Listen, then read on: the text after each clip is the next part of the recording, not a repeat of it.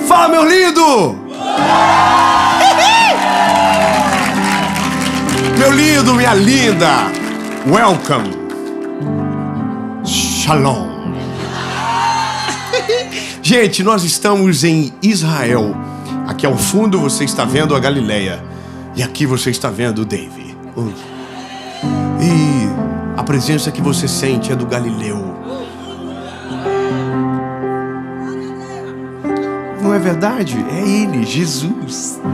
Jesus que pregou na Galileia, que fez milagres extraordinários, que mudou a vida minha, que mudou a sua vida, que dividiu a história em antes e depois. Existe antes de Cristo e depois de Cristo. Se um dia algum ateu te incomodar, diga para ele: olha o calendário e veja o dia que é hoje. Ele vai dizer: por quê? Veja o dia. Aí ele vai dizer: olha, 15 de abril. De quê? De 2023. Depois de quem? Oh, ele dividiu o mundo, meu lindo, em antes e depois dele. Não venha dizer que ele não é real. Excuse me. Mas olha, deixa quieto, vamos, sem polêmicas. O Pedro que habita em mim dá vaga pro João, que também mora perto. Há uma palavra de Deus sobre nós. Eu só quero te pedir um favor. Se você ainda não é inscrito no canal, se inscreve, ativa o sininho, entendeu? Ativa, faz por dó, se inscreve. Porque às vezes eu peço, as pessoas falam assim: não vou, não, irmão, faz por dó. Entra no telefone lá, vê, porque nós temos uma meta. E quando vir a meta, a gente vai dobrar a meta.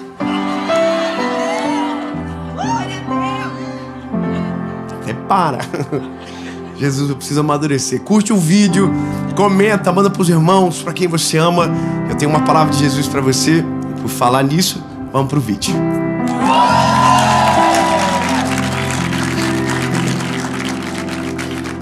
Olha, vocês estão ficando bom nesse negócio de gravação. Marcos capítulo de número 4, versículo de número 35.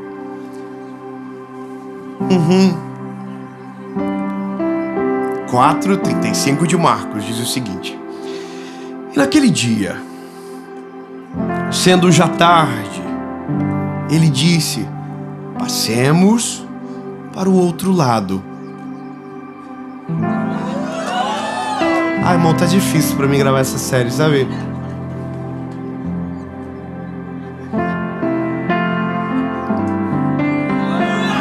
Aqui. Ai, Jesus, me ajuda, Senhor. Vai ser bem complicado hoje. E despedindo a multidão, levaram-no consigo como estava no barco. Havia também com eles outros pequenos barcos. E se levantou uma grande tempestade de vento. E as ondas batiam no barco de modo que se enchia. E ele estava na parte de trás do barco dormindo, sobre uma almofada.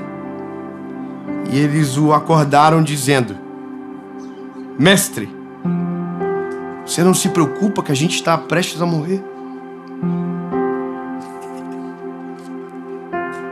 E ele, levantando-se, repreendeu o vento e disse: aquieta-te, mar. E o vento cessou, e houve uma calmaria. E ele disse: por que vocês são tão medrosos?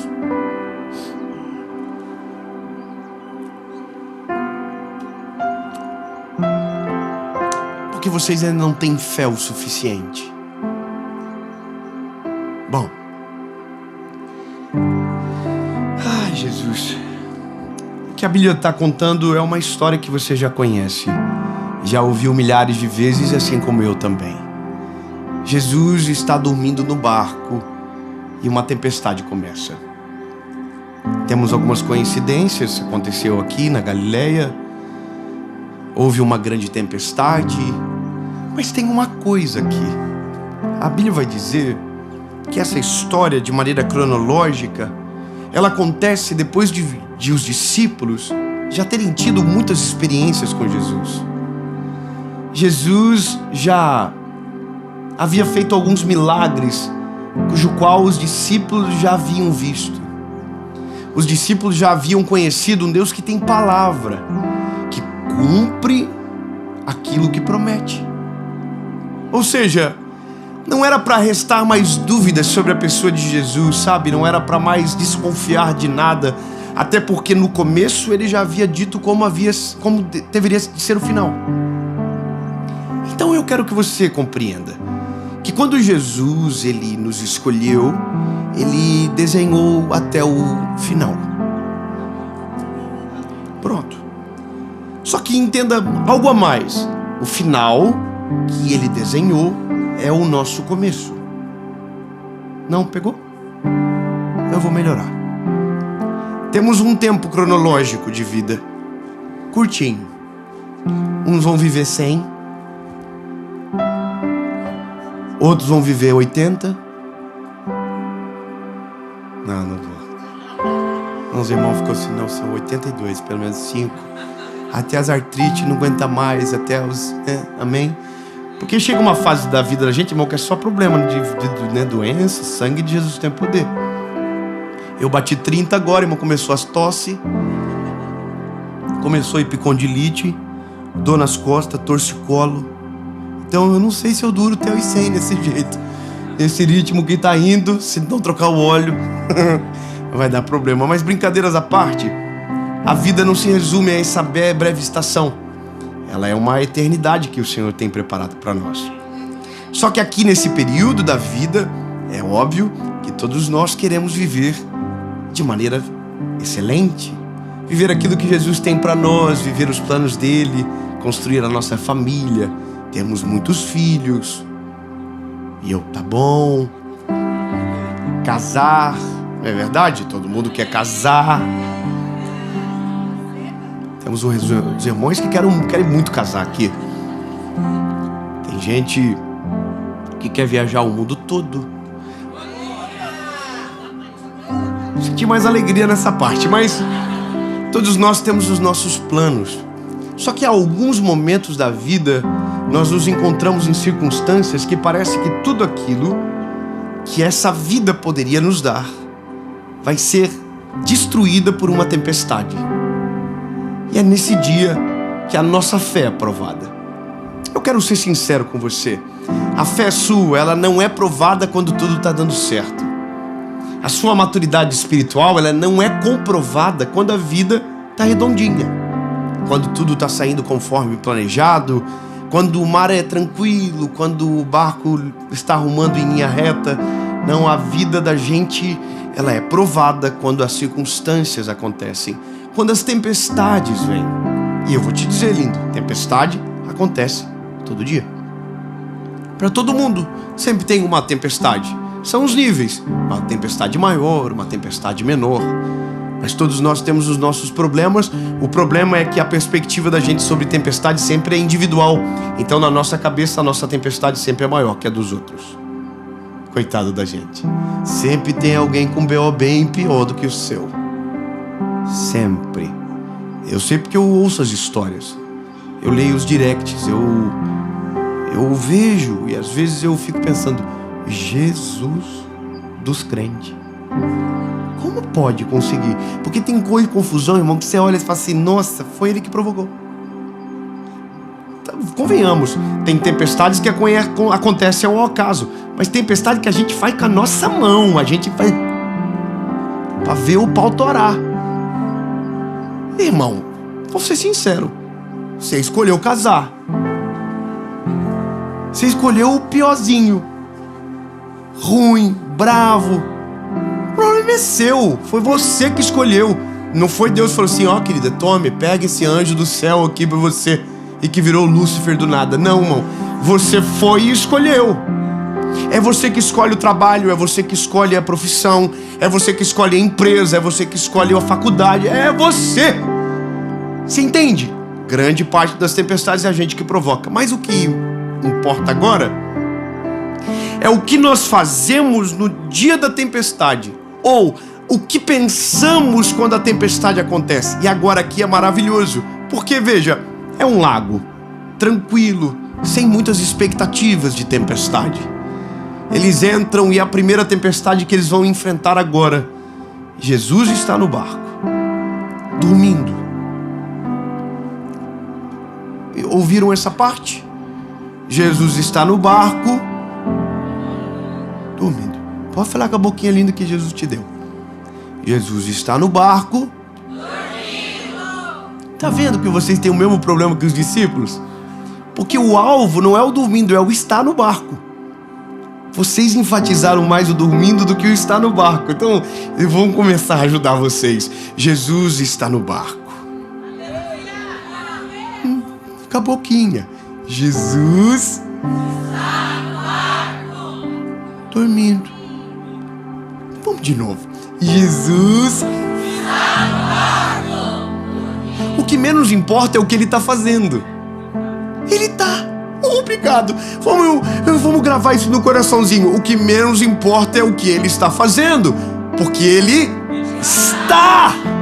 Entende que nós vivemos uma vida inteira tentando descobrir o que ele está fazendo e esquecemos que ele está. Será que ele está me ouvindo? Ele está. Ele é onisciente, onipresente, onipotente. Está em todos os lugares, conhece, ouve, sabe tudo. As conversas que você não ouve, ele ouve. As orações que você pensa que ele não ouviu, ele ouviu. Jesus está no barco dormindo. Pronto. Aí a Bíblia vai dizer que os discípulos entram no barco com Jesus dormindo. Jesus tem um soninho pesado. Está dormindo. E eles estão no meio. Aqui. Quando de repente uma tempestade começa. E a Bíblia diz que a tempestade não é fraca. A tempestade é forte. O barco começa a encher. E Jesus não está. Vamos de novo. A Bíblia diz que o barco está enchendo d'água e Jesus está. Pronto, não importa o que ele está fazendo, gente. Pelo amor de Jesus. Ele está. Ele está. Sabe qual é o nosso problema? Às vezes parece que ele não está respondendo, mas ele está. Às vezes parece que Jesus não está nos ouvindo, mas ele está. Parece que Jesus não está vendo o que nós estamos vivendo, mas ele está.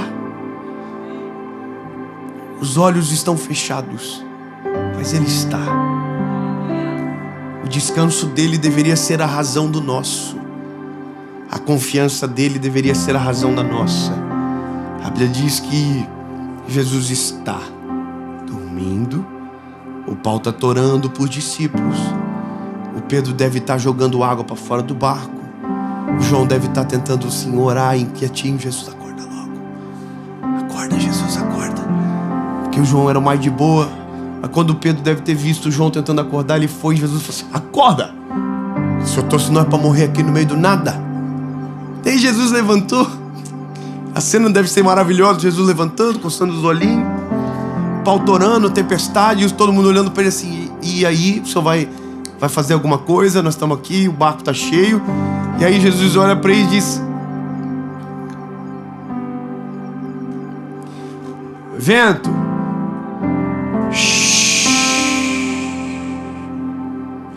te acalma, vento. E aí o vento acalmou. E os discípulos ainda não estão calmos não, irmão. Os discípulos estão tudo assim, ó. E aí Jesus olha para os discípulos e fala: vocês ainda não aprenderam nada.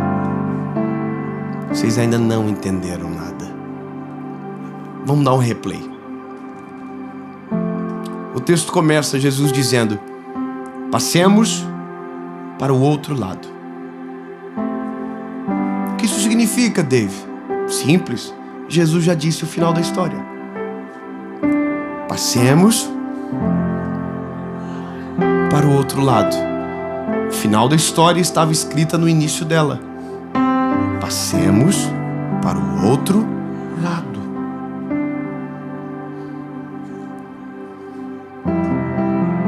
Quer dizer então que ia chegar no outro lado? Sim ou não? Ia. Porque Jesus já havia dito o final no começo. E a gente esquece disso. Tudo que nós vivemos, Jesus já disse o final no começo. Nossa vida, Jesus já disse o final no começo. Os planos dele, Jesus já disse o final no começo. A nossa vitória, Jesus já disse sobre ela no começo. Então, qual é o nosso problema? Um só, a tempestade. Quando olhamos mais para a tempestade do que para Jesus, a tempestade sempre vai ficar maior do que ele. Eu me lembro de uma história de quando eu era mais garoto, ouvi e marcou minha vida muito tempo. Passou um avião no céu e o menininho olhou e disse: papai, o que é aquilo? E ele disse: aquilo é um avião, filho. E o menininho disse: um avião? O que é isso? Ele falou: um avião é um lugar cheio de passageiros que voa pelo céu, que leva de um lugar para o outro.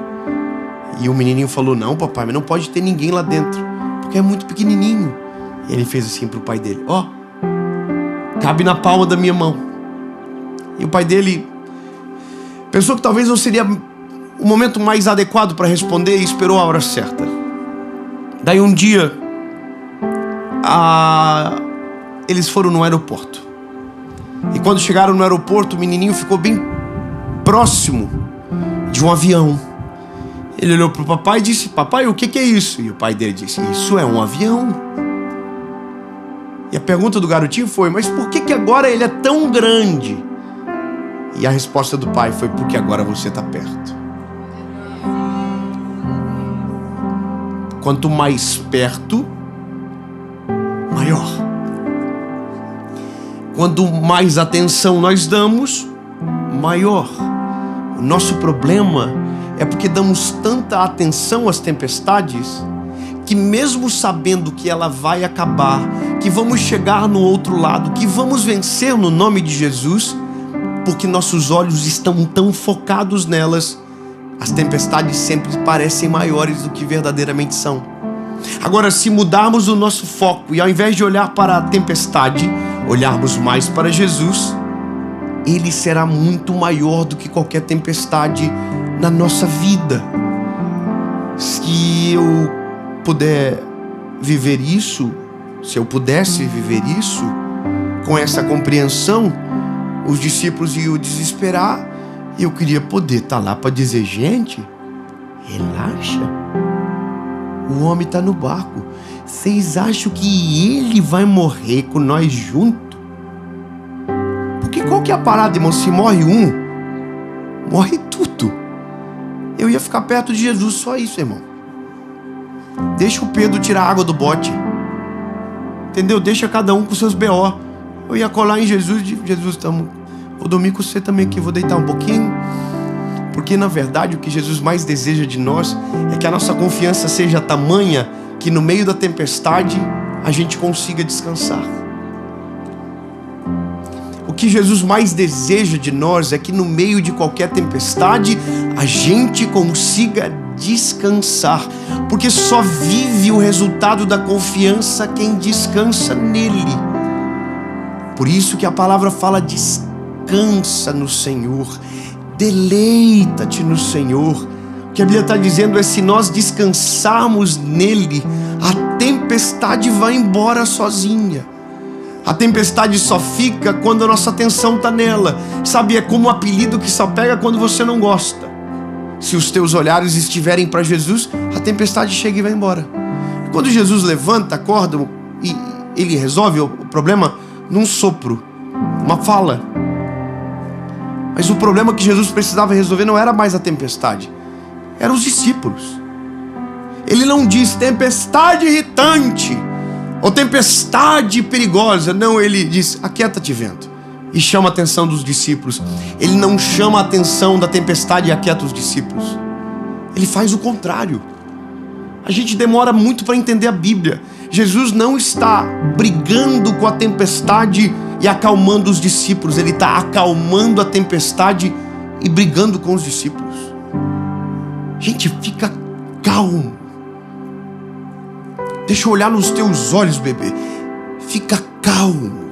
Não importa o tamanho da tempestade, não importa se o vento é forte, não importa se as ondas são altas demais, se Ele está junto com você, te acalma, descansa, porque nenhuma tempestade submergirá você se você estiver com Ele. Um amém de 2 irmãos já vale, mas eu vou acreditar que você está entendendo. Se Ele estiver com você, nenhum vento, nenhum mal, nenhuma tempestade, nem flecha que voe de dia, nem na escuridão vai atingir você.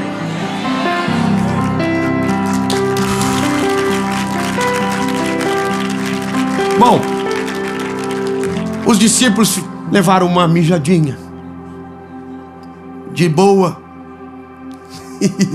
Jesus provavelmente deve ter voltado a mimir.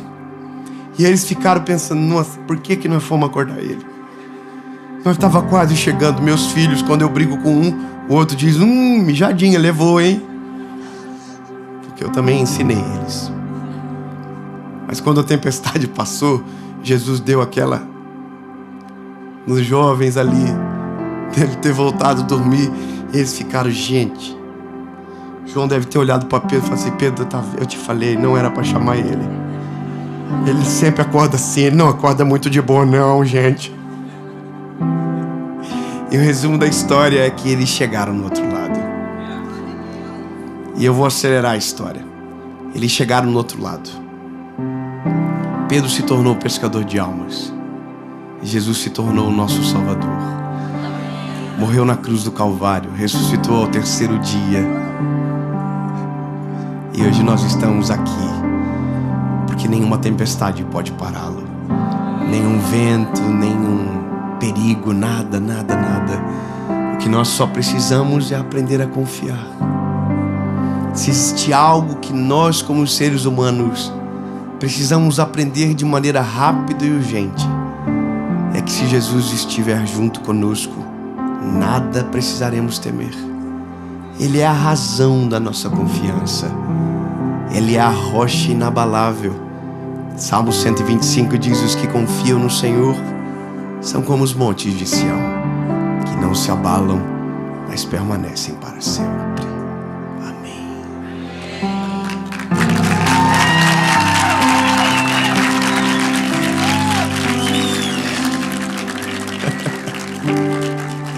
Jesus, nossa esperança está em Ti, Pai. Tu és o nosso socorro bem presente no dia da angústia, no dia da tribulação, Pai. Mas precisamos entender que se o Senhor está conosco, não há o que temer, Jesus. Nenhum vento, nenhum mar, nenhuma tempestade, nada irá nos submergir, Jesus. Tu és fiel para cumprir tudo aquilo que prometeu. Portanto, Jesus, nada poderá nos afastar do Teu amor. Nada poderá impedir que os Teus planos aconteçam na nossa vida. Em Teu nome nós oramos, Jesus, confiando e descansando em Ti. Em nome de Jesus.